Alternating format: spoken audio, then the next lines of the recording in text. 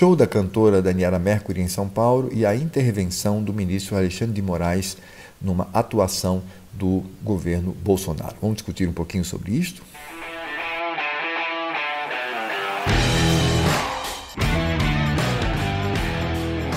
Olá pessoal, eu quero tratar de dois assuntos neste vídeo. O primeiro diz respeito ao show que a cantora Daniela Mercury fez no dia 1º de maio num evento promovido pela CUT e que certamente fez campanha para o ex-presidente Lula.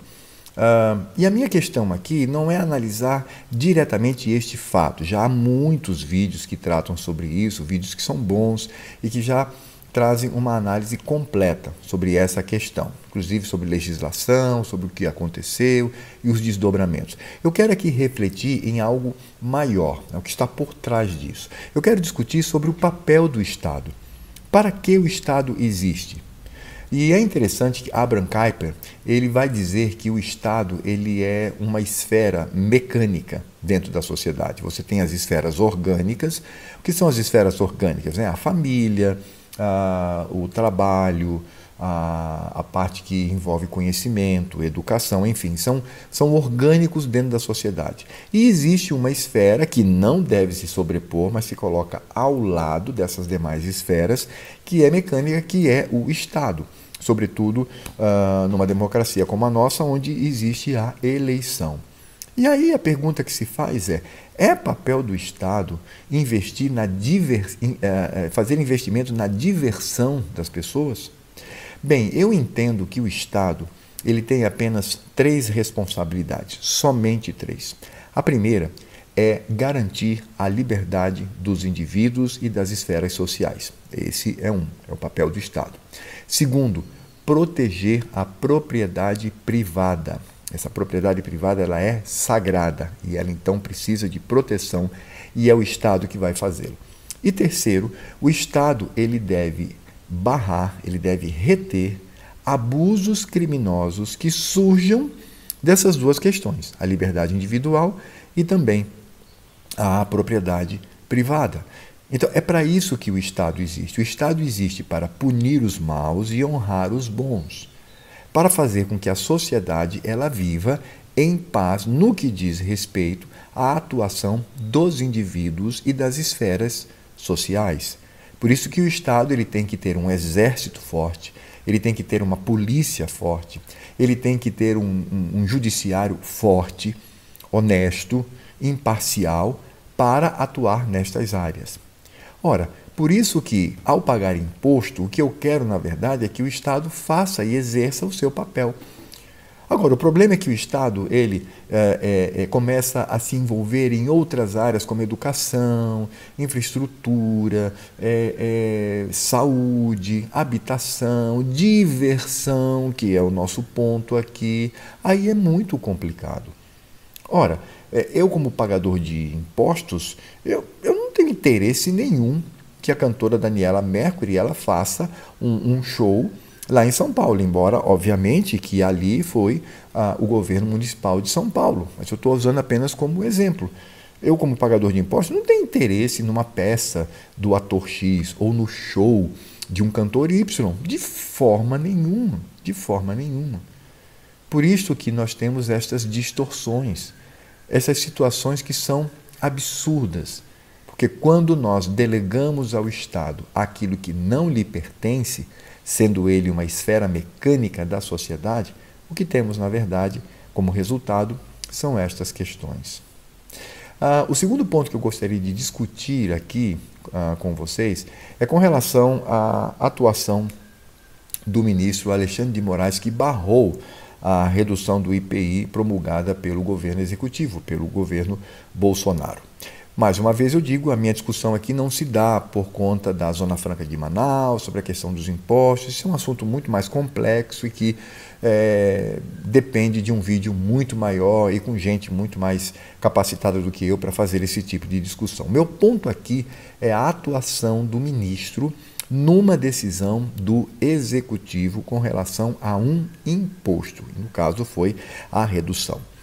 Para nós entendermos isso, precisamos entender primeiramente o que é uma democracia.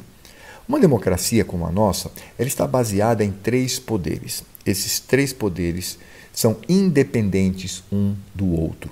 E, ao mesmo tempo, eles vigiam um ao outro. Então, é aquilo que o conservadorismo chama de freios e contrapesos, sobretudo o conservadorismo norte-americano. Destes 3 poderes, 2 são eleitos pelo voto popular. Que poderes são esses? O poder legislador e o poder executivo. E é claro que, nesse sentido, estes poderes aí sim, eles devem não só executar, como criar leis e discutir sobre questões que envolvam estas áreas. Então, por exemplo, imposto. Imposto é assunto para o legislativo e para o executivo. Um executa para o bem do seu projeto e o outro estabelece as regras para isto. E estes poderes têm sim legitimidade porque foram eleitos pelo povo, com um discurso, com um projeto, para fazer esse tipo de atuação. Agora, veja só, quando nós olhamos para o judiciário ele não é eleito pelo povo, ele é nomeado. Ele é nomeado e é sancionado pelo Senado da República. E por que isso? Quer dizer, qual é a lógica disso e como que devemos encarar essa questão do ponto de vista teórico? É porque o judiciário ele é responsável pela aplicação imparcial da Constituição. Eles são guardiões da Constituição. Eles são aqueles que garantem como poder a aplicação e a preservação e o respeito à Constituição. Por isso é um cargo muito mais técnico do que político. Aliás, ele é totalmente técnico e não deve ser nada político. E nesse sentido é que essas pessoas, então, elas são nomeadas como pessoas que possuem expertise para a sua atuação. Então, os critérios devem ser técnicos e não políticos. Agora, quando o judiciário ele interfere no poder legislador e no poder executivo, sem dúvida nenhuma, ele está deixando a sua posição imparcial de guardar e aplicar a Constituição para promover o ativismo político. Sim, ele exerce o ativismo político porque quando ele interfere, não cuidando da Constituição, mas interfere nas ações que são de competência do Legislativo e do Executivo, ele está ali promovendo um ativismo político. Por quê? Porque ele vai apontar um lado político, não tem como. Porque esses 2 poderes, o executivo e o legislativo, eles agem politicamente, eles possuem lados, são de esquerda, de direita, são de centro, são progressistas, são conservadores. E quando o judiciário, que deveria estar imparcial, de longe, apenas observando, ele interfere diretamente, ele vai assumir um lado. E no Brasil nós sabemos que o judiciário já possui um lado. E que lado é esse? Ora, é o lado da esquerda, é o lado progressista. E quando isso acontece, nós começamos a ter o que é chamado de insegurança jurídica. E, de fato, nós colocamos a nação, e aqui mais especificamente o Brasil, numa condição muito, muito, muito ruim diante do mundo e para nós mesmos como cidadãos. Por isso que a gente tem que assumir o seguinte: o que tem acontecido no Brasil não é outra coisa, senão o fato de uma intervenção que não deve acontecer. Porque esse assunto, imposto, IPI, diz respeito aos poderes democraticamente eleitos. E eles, claro que vão ou legislar, criar leis, ou aplicar essa lei. Diz respeito a eles, somente a eles. Porque no Brasil não existe um poder moderador, aquele poder que vigia os demais e tem poder sobre os demais. Não existe. Embora o nosso Supremo Tribunal Federal tenha, em algumas atitudes, exercido esse papel.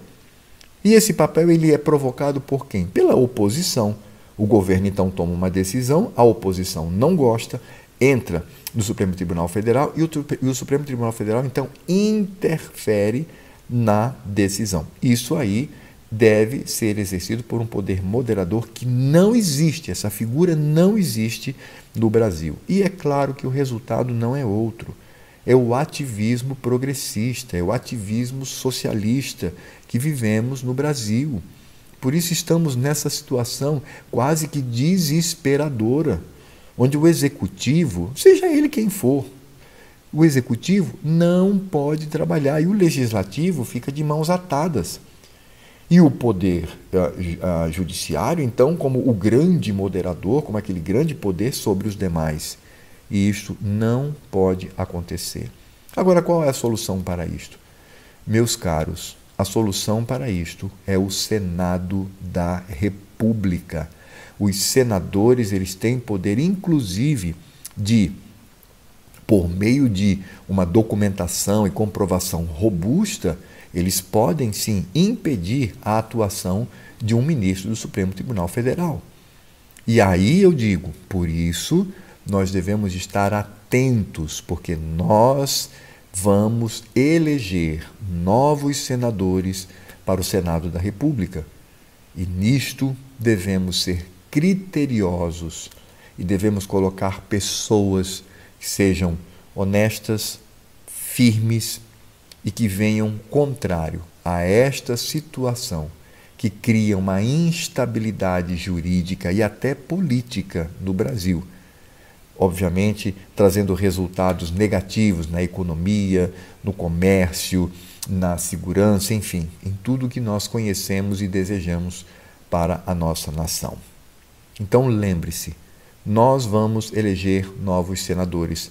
Precisamos eleger senadores que sejam, como eu disse, pessoas íntegras que possam trazer solução para a situação que nós vivemos hoje. Bem, muito obrigado por me acompanhar até aqui. Você que ainda não está inscrito no canal, se inscreva, aperte o sininho, compartilhe esse vídeo o máximo que você puder, comente aqui, comente o que você acha, não só sobre a questão da Lei Rouanet, mas também sobre essa questão da intervenção do STF. Faça comentários aqui, isso é muito importante para o nosso canal. E até a próxima.